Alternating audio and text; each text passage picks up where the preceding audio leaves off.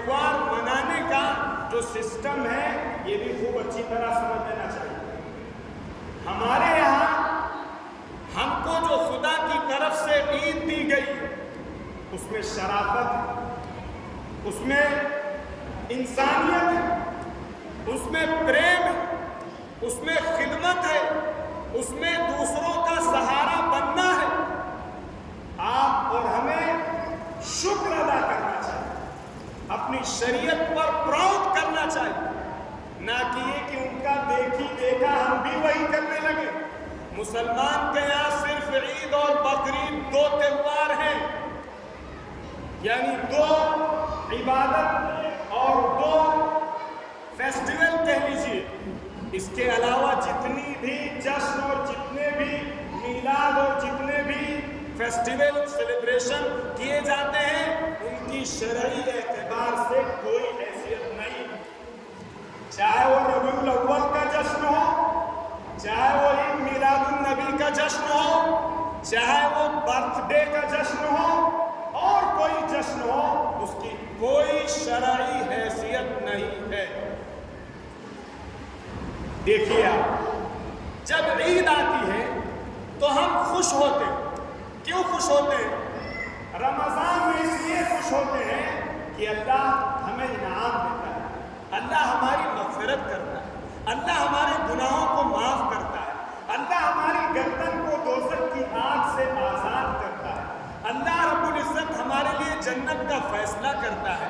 اس انعام کی وجہ سے اس مالک کا جو ہم پر انعام ہوتا ہے, جو فضل ہوتا ہے, اس پر ہم خوش ہو کر اللہ کے سامنے آ کے سر جھکا کے اللہ کا شکرانہ پیش کرتے ہیں. عید قربانی کے موقع پر حجاج اکرام حج کر رہے ہیں اور شیطان سب سے زیادہ ذلیل ہوتا ہے, سب سے زیادہ رسوا ہوتا ہے, سب سے زیادہ پامال ہوتا ہے.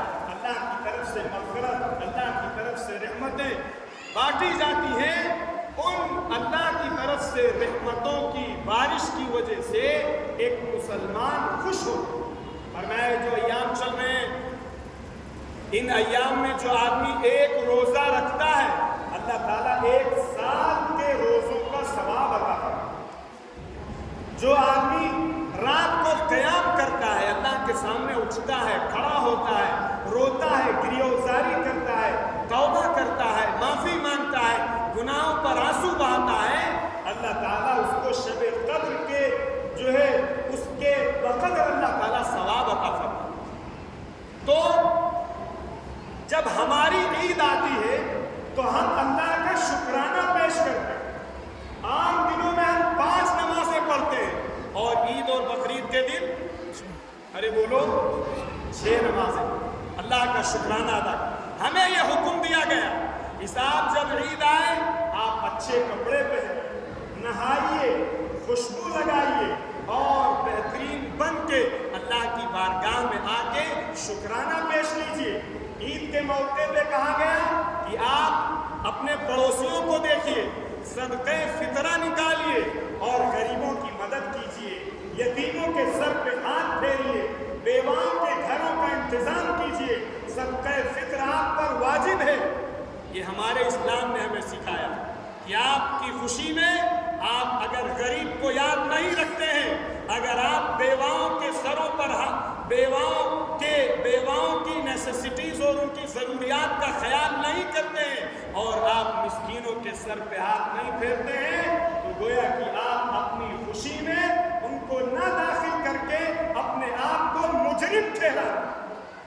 بقرعید کا موقع آتا ہے, پھر یہی کہا گیا خوشبو لگائیے, اچھے کپڑے پہنیے, خوبصورت بنیے, سجیے دھجیے اور خدا کی بارگاہ میں آ کے شکرانہ پیش کیجیے.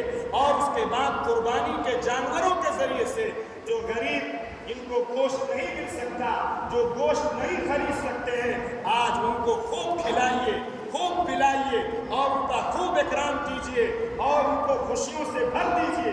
یہ ہمیں سکھائیں. اور جتنے مذاہب ہیں یہ تو مسلمان کے تہوار ہیں. خوشی ہو, غریبوں کو سہارا دیا جائے, کوآپریٹ کیا جائے, یتیموں کے سروں پہ ہاتھ پھیرا جائے، بیواؤں کی ضروریات کا انتظام کیا جائے اور اپنے آپ میں خوشبو لگائی جائے، اچھے کپڑے پہنے جائیں، اللہ کے سامنے آ کے سر جھکایا جائے، عاجزی کی جائے، گریوزاری کی جائے، اللہ کو راضی کیا جائے، اللہ کو منایا جائے، یہ ہمارا تہوار ہے۔ اور غیروں کے جتنے تہوار ہیں، ان تہواروں میں جتنی عیاشیاں، جتنی بدماشیاں، جتنی شراب نوشی اور ایکسیڈنٹ اور برائیاں اور پاپ ہوتے ہیں، وہ آپ مجھ سے زیادہ جانتے ہیں۔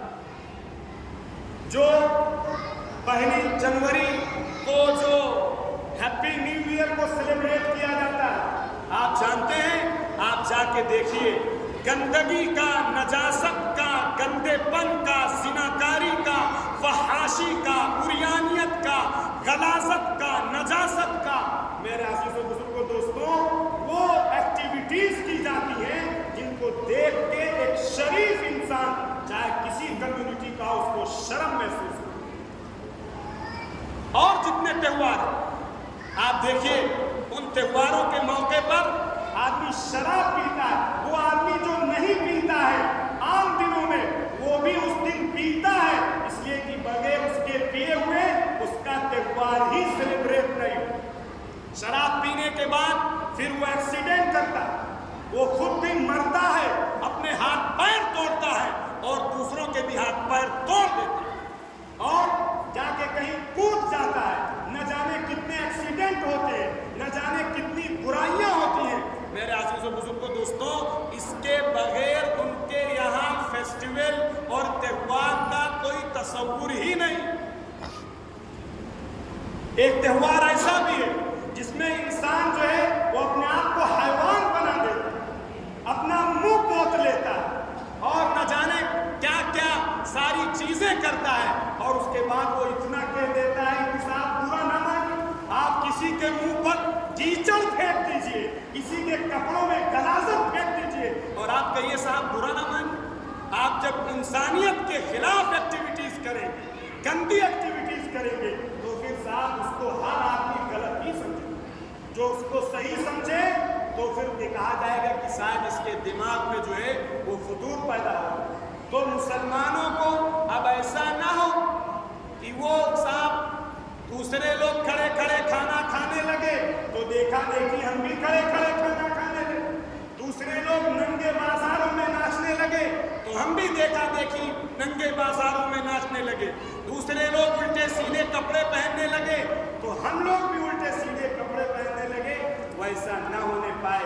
اسلام نے جو آپ کو تہوار منانے کا دیا ہے طریقہ، آپ اسی طریقے کے مطابق تہوار منائیے، آپ اسی طریقے کے مطابق خوشی منائیے، انہی ایموشن کے ساتھ خوشی منائیے۔ دیکھا دیکھی ان کو آپ کوئی غلط ایکٹیویٹیز مت کیجیے۔ یہ تو ہمارے اور غیروں کے درمیان تہوار کا بنیادی اور بیسک جو ہے وہ ڈفرینس اور فرق